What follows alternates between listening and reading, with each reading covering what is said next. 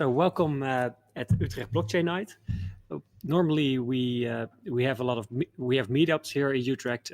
Currently, due to coronavirus, of course, we're doing these online and also change the format a little bit. So currently we have an AMA/interview with Sebastiaan van der Lans, who is founder of Wordproof and also WordPress agency Van Ons.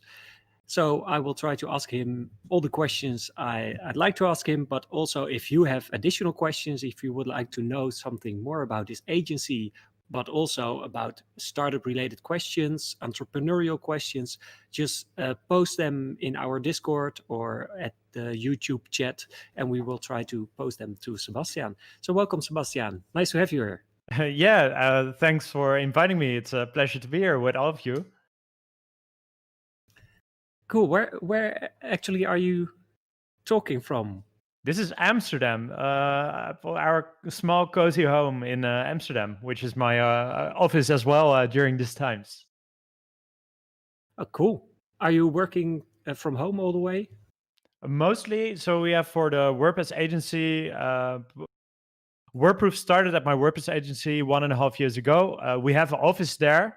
At the office, almost no one is working. So when my boyfriend is working at home, I try to go to the office, but most of the time I'm working here.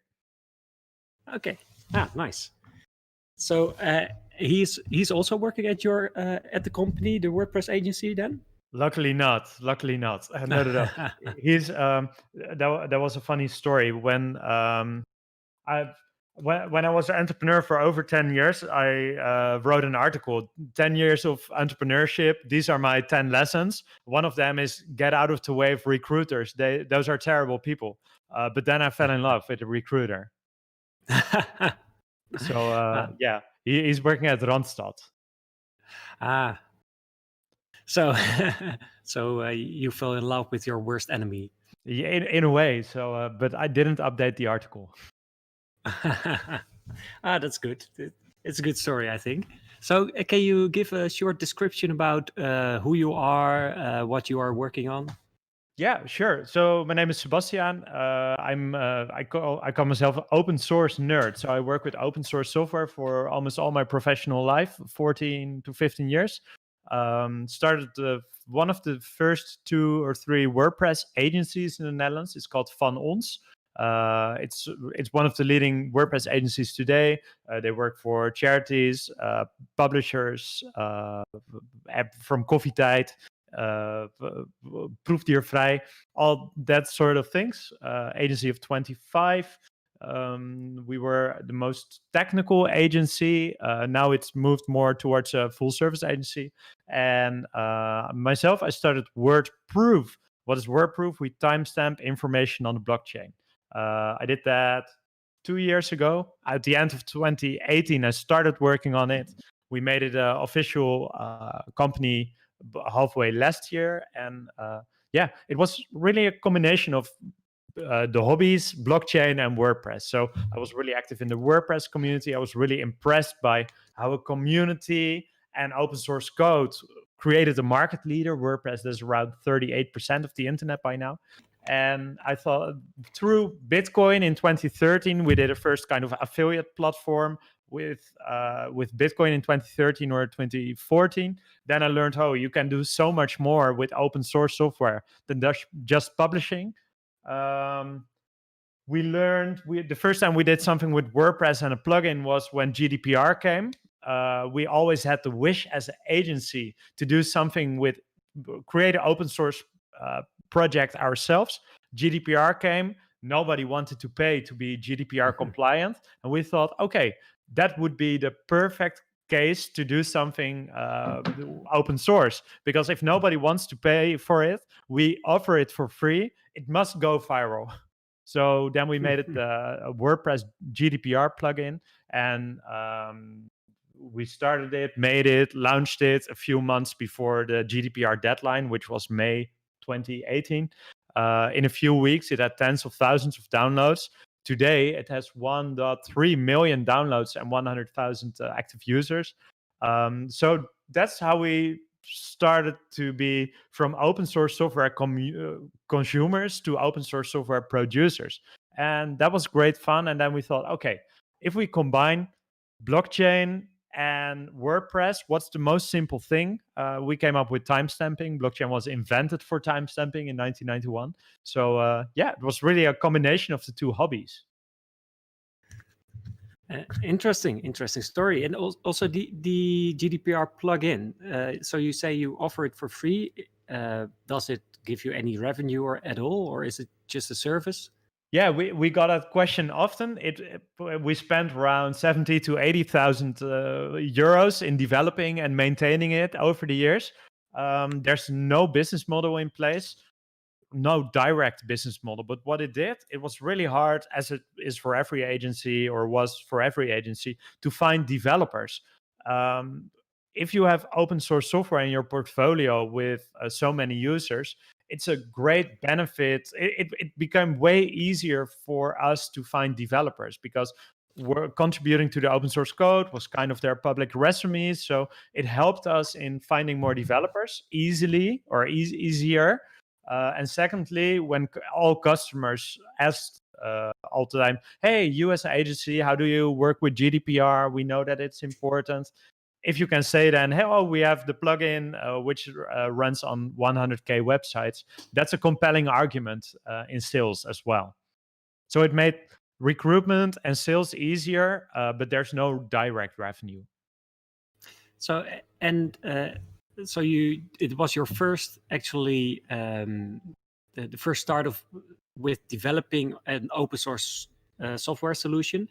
Is that also the goal with Wordproof? Are you creating an open source Wordproof platform, or is there a business model behind it? Yeah, so one of the models, I will tell a short WordPress story. We are not WordPress only, but we started as a WordPress plugin. The first product was really easy. It was timestamping from your blockchain wallet, and you could do that from your naked WordPress installation, naked on the blockchain, without our service in between. For the nerds, that was really easy, but what we saw is everyone who's into content, blockchain wallets weren't that easy to work with. And what the publishers wanted was just timestamping automatically on the background. So that's where the software as a service model started. That's how we handle it. So you can do it for free on the blockchain with your blockchain wallet without us in the middle. You just use the WordPress plugin. There's a setup wizard. In the setup wizard, you can choose between automatic timestamping and do it yourself with your wallet. That's still until today possible. And it's a combination between open source and the software as a service. But also in the software as a service, we have a free plan. So also, if you're not tech savvy, you can still use it for free, although it's not a fully open source way how we place them then. But the timestamps themselves are always how we create them is on the GitHub. You can still do it on your own blockchain account, even if you, and that's one of the blockchains we work with is EOS. That has an advanced permission system. So without giving away control to your account, you can whitelist Wordproof to timestamp on your behalf. So you still have full control of your account, but we can timestamp on your behalf. So you have the great user experience without losing control of your accounts or keys. Okay, and so that's specifically to EOS, the platform that allows you to timestamp on the behalf of an account holder, actually. So the EOS.io, the software behind the EOS chain and some other chains, they have a kind of an advanced permission system. So you can really say on a smart contract, you can say, hey, this specific function is whitelisted to be triggered by the account or by this public key. So you can say, hey, I have my own EOS account, but to do this transaction or to do this function on this specific smart contract, this account is allowed to do that as well. So you whitelist one account on one action. Okay. Maybe it's also nice to step a little bit back, because I know you I think, almost a year right now. I think so. I think we met around. I think we met at Lisk Center. And also, can you tell a little bit more about how you started with Wordproof? Who is involved, and yeah, Yeah, exactly sure. that. Yeah. And after that, you will ask about the List Center, because it's a funny story as well. The team is I was the founder of it. I founded it while I was at the WordPress agency. I came in touch with Jelle and Marijn. Jelle and Marijn have been to List Center as well. Marijn was there way before I was there. Marijn was working sometimes at List Center before he had heard of the word Wordproof, I guess. I think he was one of the early ones visiting you. And Marijn is the tech lead. Jelle is the UX guy. We're in a lot of fights together because Jelle, from day one, Jelle said, okay, all those technologies, really special, of course. But if we can't make it in an easy to use way, we don't have to start the company, because it will fail anyway. So Jelle and Marijn and I are kind of a triangle. I'm the business side. I always want to make it fast. Marijn always want to do it technically as good as possible. But luckily, Jelle is the advocate of the user. Hey, this isn't clear. This isn't working. Or he's protecting the user benefits, that it's easy to work with. Then we have Frank. Frank was the first investor, or first external investor from the agency we invested. Frank is Frank van Dalen. He has a really strong political background, human rights background, and a technology and sales background. He has truly a unique profile. So he became kind of an angel investor, but he's involved for 1.5, 2 days a week. And he helps me with the business side. We are working with governments in Europe, but also in Asia, one of the governments, to make sure that there's policy making around timestamping. And recently we onboarded a new investor that was that's an investor. That's the company Yoast from the WordPress ecosystem. So they have over 11 million users with a search engine optimization tool. So Yoast and Marike, that are the founders of the company Yoast. Especially Yoast is he's part of the team on a strategic thing. So not on a daily base, not on a weekly base, but we have strategy calls every 3 or 4 weeks. And then in the team we onboarded Dennis is a new developer, and we have another one who starts in October. And so, so you started with the three of you. You started to develop the service, and when did you expand? Was it after 3 months or 4 months? Yeah, well, I started with making the prototype myself. That was really ugly code, but I was able to prove that it was that timestamping was possible with a few mouse clicks from WordPress. Then I talked to Frank, who became an investor, and to Marijn and Jelle.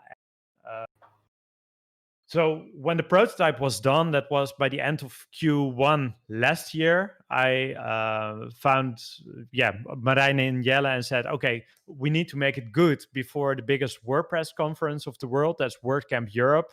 That was June, and I was a keynote speaker. So we thought, okay, that would be the moment to launch the plugin. So we worked with the three of us, and what did we do? We were part of we applied for a grant. That's what we decided right after the launch, which we had in June.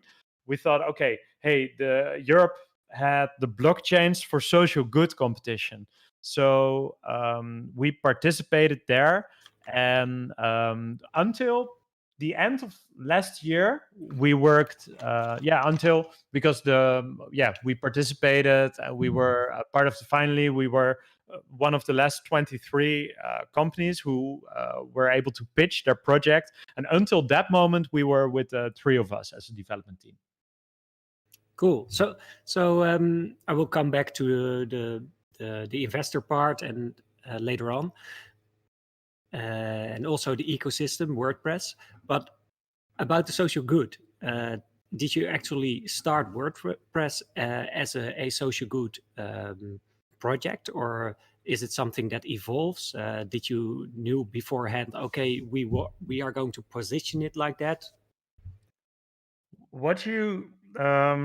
I've worked a lot for charity, good causes, stuff like that over the years. And what I learned is that if a charity doesn't have a business model that's kind of sustainable, then if they don't have it, it will always die or be totally reliant or one or of donations or philanthropists. And it, social good and business, for me, they always have to combine. If there's if your business in all my business, I try to do social good. At the WordPress agency, doing the GDPR plugin or open source software was kind of social good, but it was more giving back to the ecosystem where we got so much from. We were contributing to the events. I'm part of that WordPress ecosystem for over 10 or 11 years. We're always really engaged with the community as speakers, as organizers of events, stuff like that. That was kind of social good-ish. But with Wordproof, it grew on us, but from the beginning we thought, okay, wow, if we can bring integrity to the world of content, that would be really great. But most people in the blockchain ecosystem, everyone in blockchain is, we all start because we want to get rich with Bitcoin. Then we see, hey, as a developer, we see, wow, this technology can truly equal the level playing field between buyers, sellers, readers. In Uber, between the drivers and the riders, without the business in the middle. Every form of business can be more fair, in a way, more social good, not monopolists taking out all the value.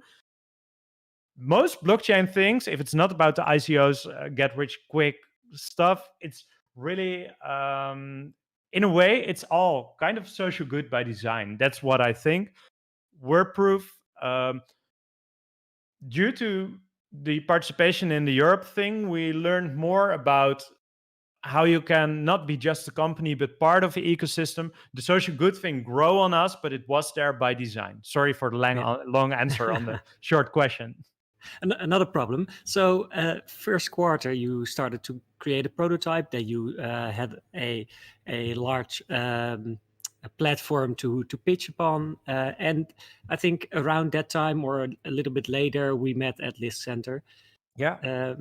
So how did you end up there? Marijn, do you know since when Marijn was visiting Lisk Center? I'm not sure. I only know that I met him in 2018 in Amsterdam at a Lisk event. He received a prize because he created a small proof of concept. Nice. Yeah, it was Marijn's idea. Marijn was living in Rotterdam. We were living in Amsterdam. So for Team Amsterdam, Jelle and I, it was quite far to travel to Rotterdam. And for him, it was quite far to travel to Amsterdam. And he said, there's a wonderful, wonderful community space, which is blockchain all over, in a way that it was funded from the Lisk Center. It has the community vibe, all people, blockchain, no one commercial, all about all people who are believers, but people who are building too. And I thought, okay, that would be too good to be true, but let's give it a try. Then I visited, met Marijn there. That was really nice. And then, sometimes with the team, we are all remote workers. Marijn is more, loves more to work on the team with people. Jelle and I are really, we work at night and I wake up late, and we are really remote workers. For 1 day a week, strictly, we worked, at the Lisk Center. That was really nice, not only to work with each other, but also to see all the other wonderful projects there. It's really, really, I told you that many times, but now on camera, it's really amazing what you built there with Rafael. Thanks. And it's also really amazing to see that things that start also partly for us, it feels like it also started a little bit here. That are really getting traction, and that you are really building something that's that might be very big. Yeah, it absolutely started to get serious at the Lisk Center. So you can absolutely claim that. So we will. Oh, I was told I should not hit the table.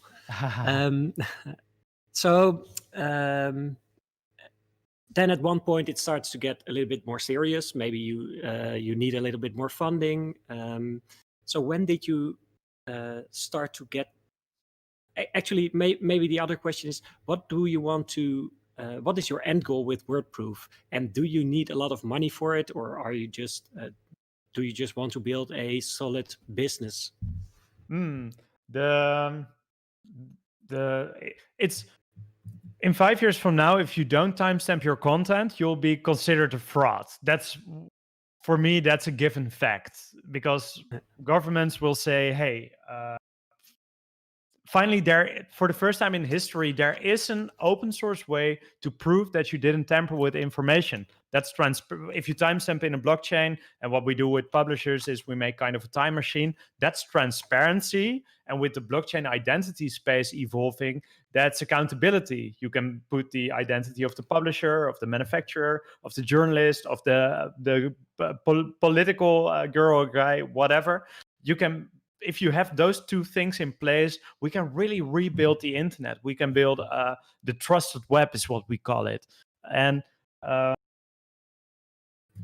Wordproof, we need to do two things. A is we need to make sure that everyone knows what the trusted web is. A, that it's possible. B, how it works. And secondly, we need to position Wordproof as a market leader in this trusted web market that is going to exist.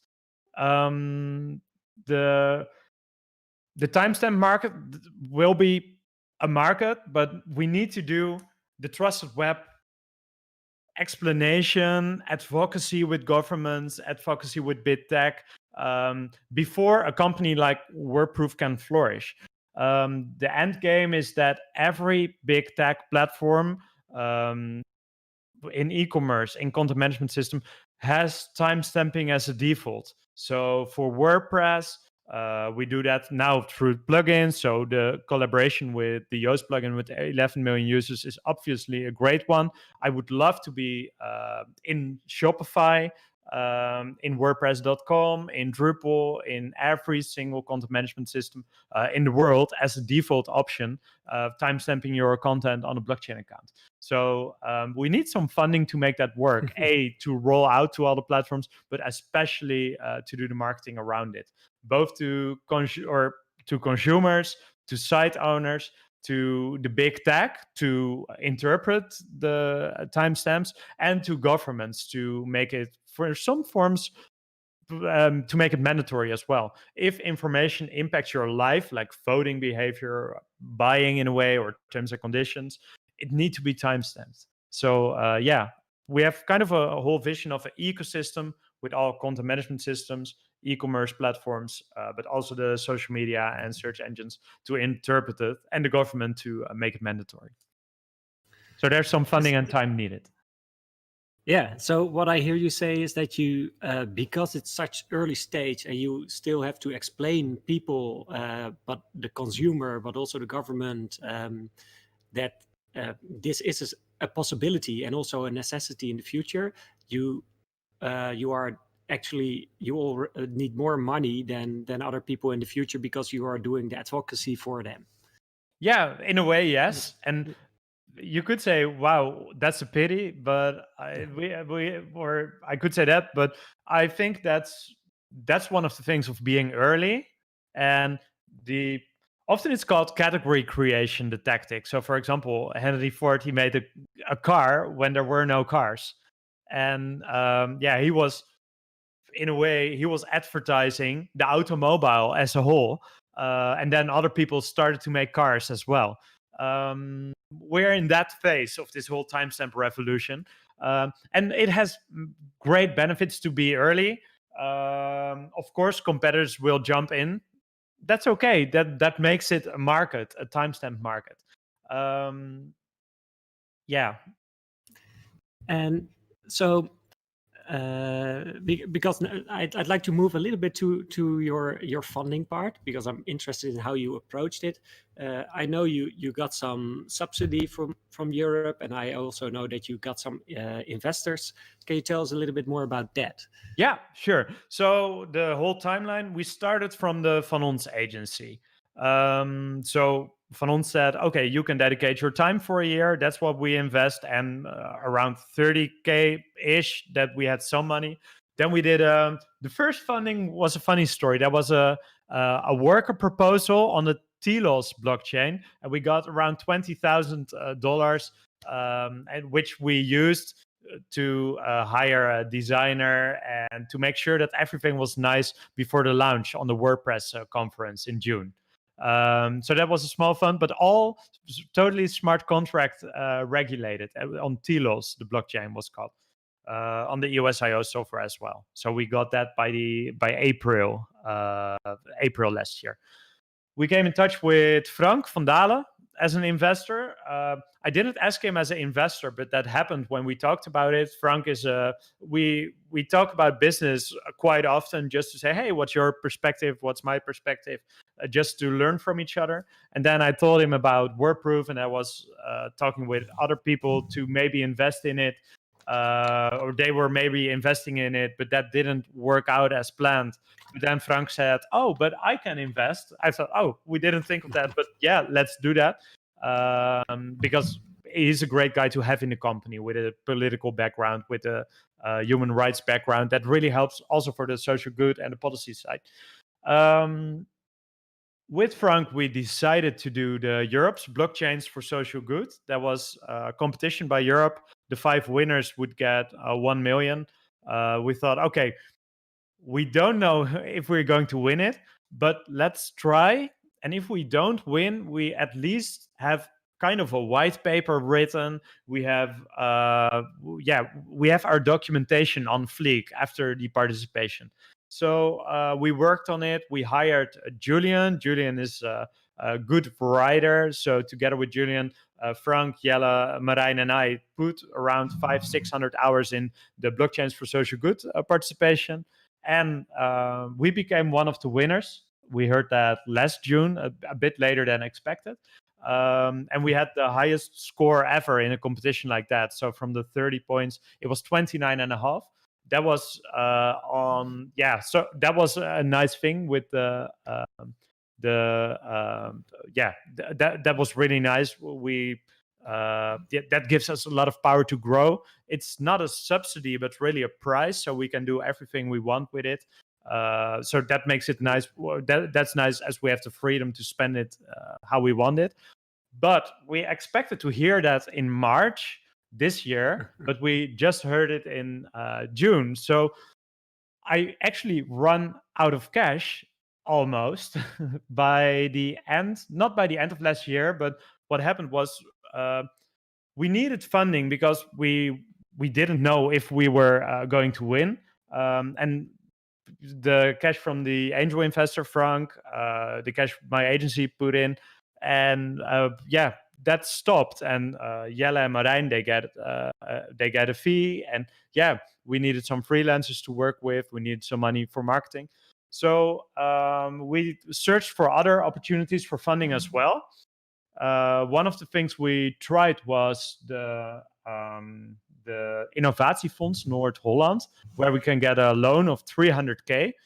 And but that needed a lot of work to do a proposal as well. But what was really handy, and that's maybe a takeout for other companies as well, because we participated in the Blockchains for Social Good, in the subsidy thing, it forced us to write a proposal with 30 pages, which were really in-depth about everything we did. All information from my head, from Marijn's head, from Jelle's head, from Frank's head, was finally on paper. So we invested 500 to 600 hours in making that. But from that moment, it was easier to do other proposals. So, for example, the Noord-Holland Innovatiefonds, normally it would take you maybe 150 or 200 hours to write a proposal. But Frank we started to do it in a few days, or we were able to do it in a few days, because we had every documentation in place from the stuff we did for Europe. So that was really helpful there. And the Noord-Holland Innovatie, it's hard to do Dutch and English, but Noord-Holland Innovatie Fund said, hey, this is a good plan. And they wanted to give us the loan, the 300K loan. It was 275 in our case. So we were really proud to have them on board it's not an investor, or it's a convertible loan. So at the moment we need to pay it back. They can choose to convert it to equity.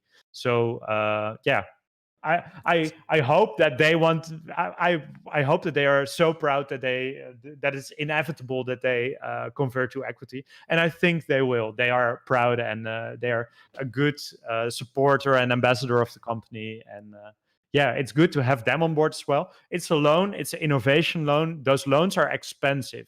Those loans are expensive, and I'm not sure if I can say what the percentage is by contract, but I just say it. It's 8%. So it is something you have to consider. There are way more funds like that. So look around innovation funds. In this case, it was from Noord-Holland, but I guess there are innovation funds in all kinds of provinces. And if you have documentation for one kind of investor in place, it's reusable in many ways, the content you write. So if you the first time it's really scary to work on, and the second time you see, oh wow, I have it in place. So maybe that's hopeful. I've got so many questions. One quick one. If someone else wants to win 1 million in Europe, what is the one do you have an advice for them? Yeah, actually, yes. And it's really an easy one. What we did, and I learned this from Frank. Frank is a brilliant guy. What he said is, okay, here's a form. This is because with all public money, there's always a score form. So these are 6 topics you have to score on. And we will look at these 3 things because it has to be all public and democratic. So there is a score form. So what we did with all of us is, first we did, okay, what can we write here? What can we write there? What can we write there? What my normal approach would be is, okay, we score 10 points from 1 to 10. 10 is highest. We score 10 points on those 3 things, and let's write a proposal and let's go. Let's see if we win. What Frank said is, no, this is totally wrong, Sebastian. What you need to do is, we did a brainstorm day for all 6 topics. We need to have, Frank in Dutch said, erop en erover. So Buzz Lightyear would say, to the stars and beyond. So we first had 1 day of brainstorming to get a really great answer in that category. And then we did another day to make it beyond that. So for every topic, we had a full day of brainstorming, and then to get a really good answer, and then 1 more full day of brainstorming to get a perfect answer. So that was a massive amount of work. But when we handed over the plan, there was really no thing where we thought, okay, we could have done better on this point. So and did it also help to get the team aligned? Yes, but we were. It was, for me, it was an annoying process because I'm really a pragmatic, fast, go guy, and especially between Frank and me, it really helped to get us on point. And Frank and I did all the sessions with Julian. But luckily for Jelle and Marijn, Jelle spent lots of times in making graphics and stuff like that. Marijn, we didn't need to involve Marijn with everything because we still had to make a product as well.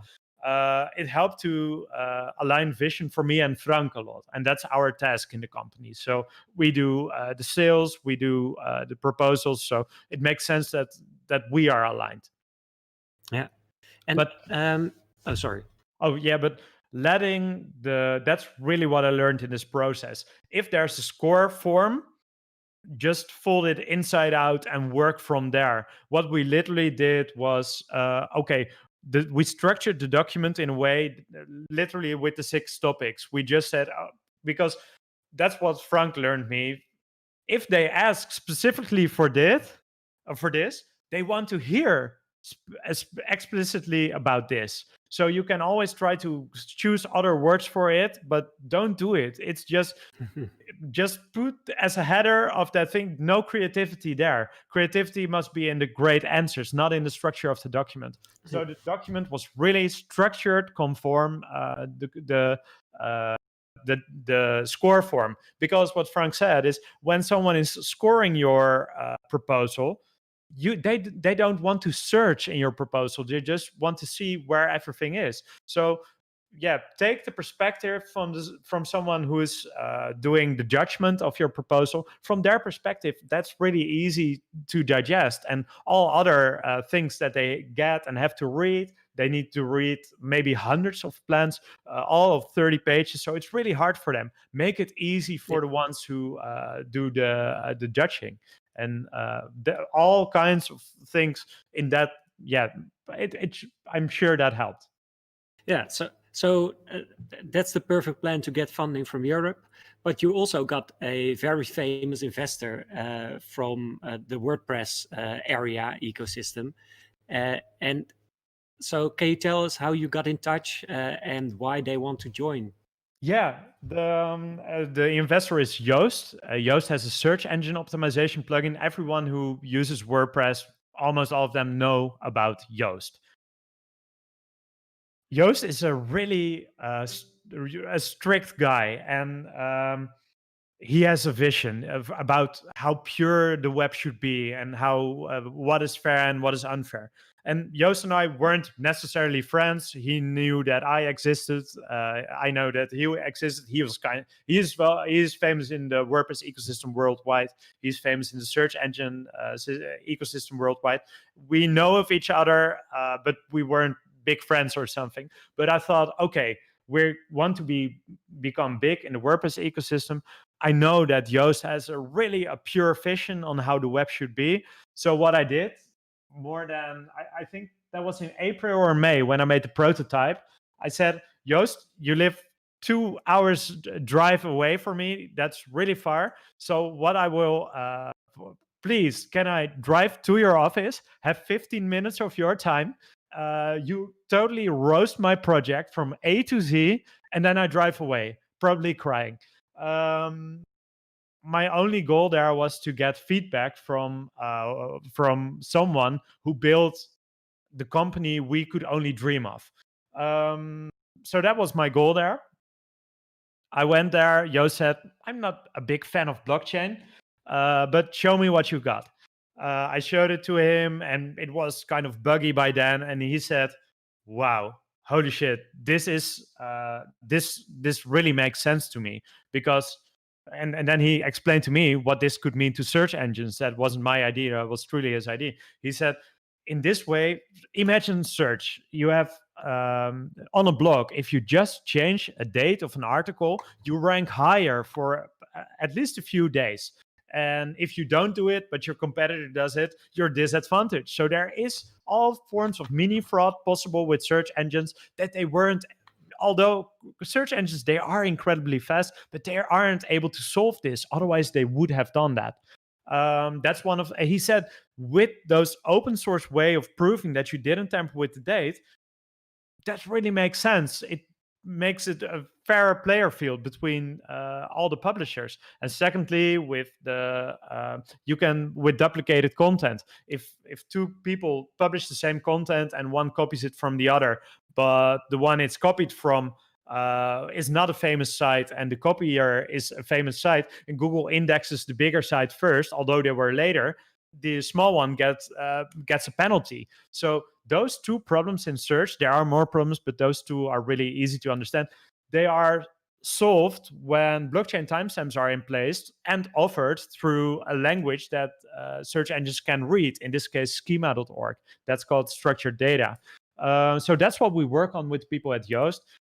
Then he asked me, hey, how is your funding going? I said, yeah, I'm working on it. I was in touch with Frank. I was in touch with other guys. I told him about the European Commission. He said, okay, that's good to know, and let's stay in touch. And yeah, in a way, we fell in love with each other, and I was really in love with his vision. He really loved my vision and enthusiasm and traction we got there. He loved how we work with Europe, and yeah, it happened. The investment with Joost. Yeah. Cool. But and there the outtake could be, if you have people you really admire, and you want feedback from them, you don't what I always did in my entrepreneurship is asking people who I admire, who I think, they don't have time for me probably. Can I make it in an easy way for Joost, for example? I said, let me drive to you. I just need 15 minutes of your time, but please roast my product. There was no intention of investment, but his feedback alone was a great investment in my company already. So don't hesitate to ask the people you admire for feedback. And probably the people you admire from a business side, they have a network with wealthy individuals around them. So it's a great way to get into Frank, for example. For Frank, I asked Frank for feedback, not for money. And then we ended up with him being involved in the company. If you're in touch with the people you admire who did well in business, they probably know the people who can invest in the company. Thanks. So how are you planning to spend the money you've got right now? Are you going to build with your team? Are you expanding your team? Yeah, so we're building. The funny thing is, we just recently got the money because there was. I'm not sure if it's smart. I will anonymize the story, but what happened?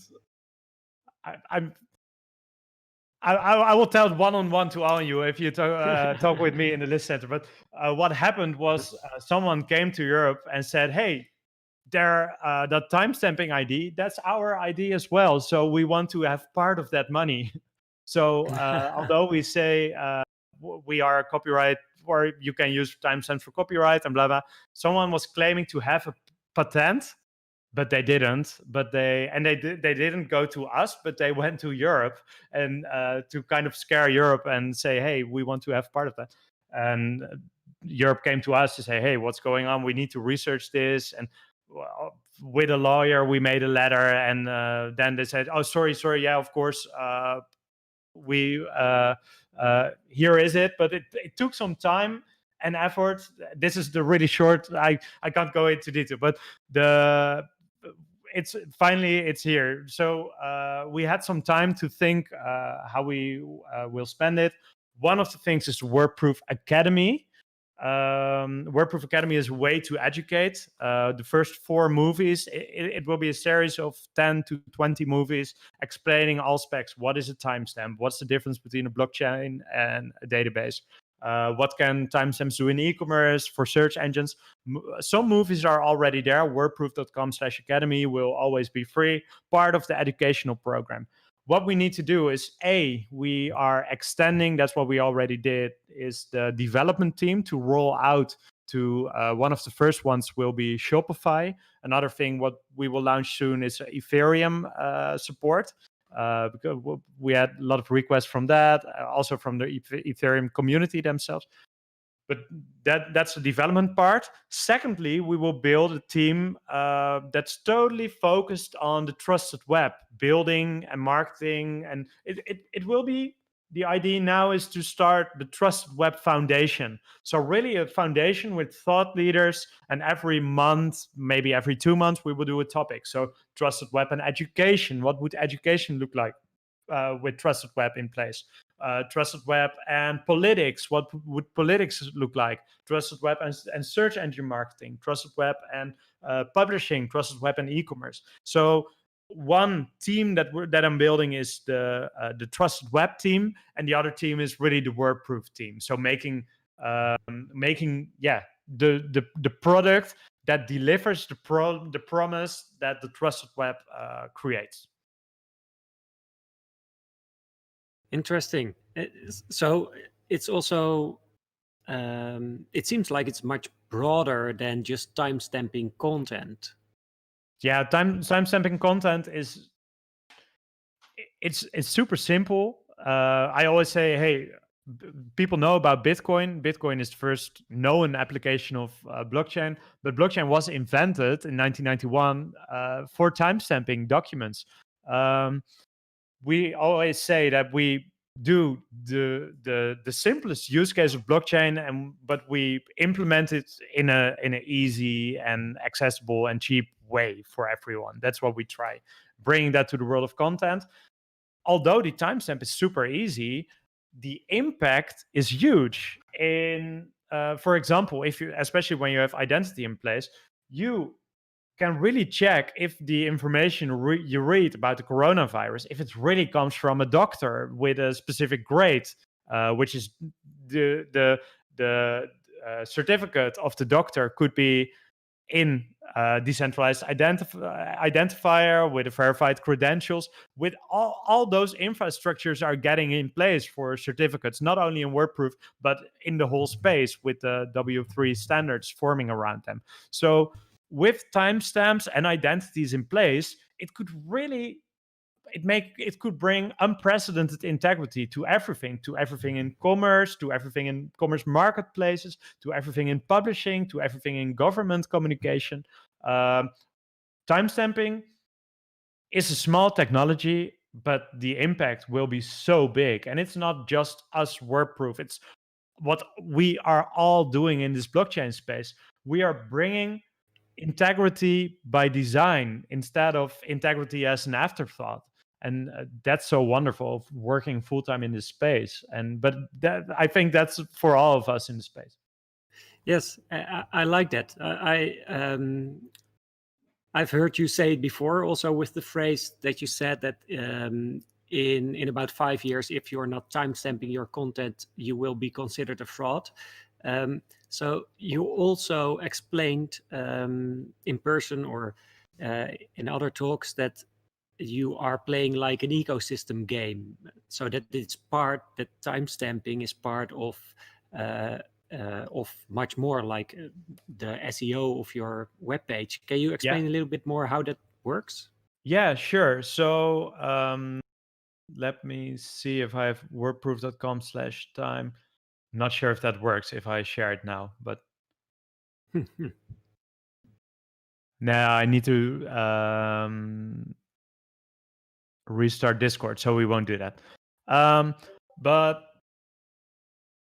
3 questions there are questions coming. So what we do is we have a timestamp ecosystem. It's on our website, wordproof.com/timestamp hyphen ecosystem. We have branches of people. So you have education, publishing, e-commerce who need to timestamp. Then we have all the tooling they can use. So Shopify, WordPress, Sitecore, Drupal, whatever, open source, closed source. Then we have the timestamps and the timestamp certificates. Those can be verified by people through a timestamp certificate, but also by search engines and social media through the standards, so schema.org, Dublin Core. And then there must be regulations to embed it really in the ecosystem. So legal-wise, there must be legislation to make sure that timestamps are valid in court for copyright, for example, but also that they are mandatory for terms and conditions, or for example, if you want to amplify content on a social media with John de Mol in it, you must have the autograph or the timestamp of John de Mol, not to publish it on Facebook, but to amplify it through advertising. That forms of legislation we think will be in place, not in 1 or 2 years, but in 5 years from now, when blockchain identity in an open source way is available. So that the ecosystem has the parties who needs to timestamp, has the tools to timestamp. then the outputs, the certificates, the verifiers, the legislation, and on the bottom, a whole layer of education on what blockchain is and what the trusted web could look like. So that's, everything we do has a place in that ecosystem. And for things like identity, there will be partners, but it's easy to have kind of an ecosystem. It started as the Wordproof timestamp ecosystem. Now it will be more of a trusted web ecosystem. And we can imagine if other companies are working on timestamping, just join us on the trusted web effort we're doing. The Trusted Web Foundation, or we're not sure if it will be a foundation, but the Trusted Web community, that will togetherly roll out that ecosystem. That's the plan for now. So we have to work towards an ending. So maybe we should take some questions from the chat also in account. I personally still have lots of questions, but I'll try to answer them really short. That will make perfect. Yeah, let's start with 3 questions from Corbin. Are you also thinking about expanding beyond WordPress, like social media? I can imagine some people might want to hash and timestamp their tweets to prove they are the first posting certain news. Yeah, absolutely. So we started with WordPress. As I told, in the ecosystem, we will do the Shopify, Magento, all the other open and closed source systems. With social media, we're reaching out and trying to work together with them. One of the things we're working on is a browser plugin. With that browser plugin, you can, I don't want to stop all the fun by telling everything already now, but with browser plugin, you can easily timestamp information that's in your browser window. So something like that will come. And there's wordproof.com/files, where you can timestamp all sorts of files, but also screenshots of tweets or texts or whatever. So there are some ways to do that. We'd love to integrate with social media, and we're bringing it to all content management systems and e-commerce platforms on the short term already. And if you want to build yourself, reach out to us, because we have an API which is available already. Perfect. Could you also timestamp physical products like a painting, and are you going to? We are, in a few days from now, we have a publication together with the guys from VID, VIDT Data Link. We do a case together with the guys at Amsterdam Vintage Watches, who sell expensive vintage watches. They sold one to Ellen DeGene's, but they're world famous Amsterdam Vintage Watches. And together with them, they make kind of a certificate, or VID does a certificate for the product itself, and we do all the content on their website. So it will be a case together. And I'm not sure, but there's always kind of certificate-ish thing, because how do you hash a physical product? That's kind of hard. So it's, for a certificate, it's easier. And what advice can you give to people who would like to go from a proof of concept to real-world products?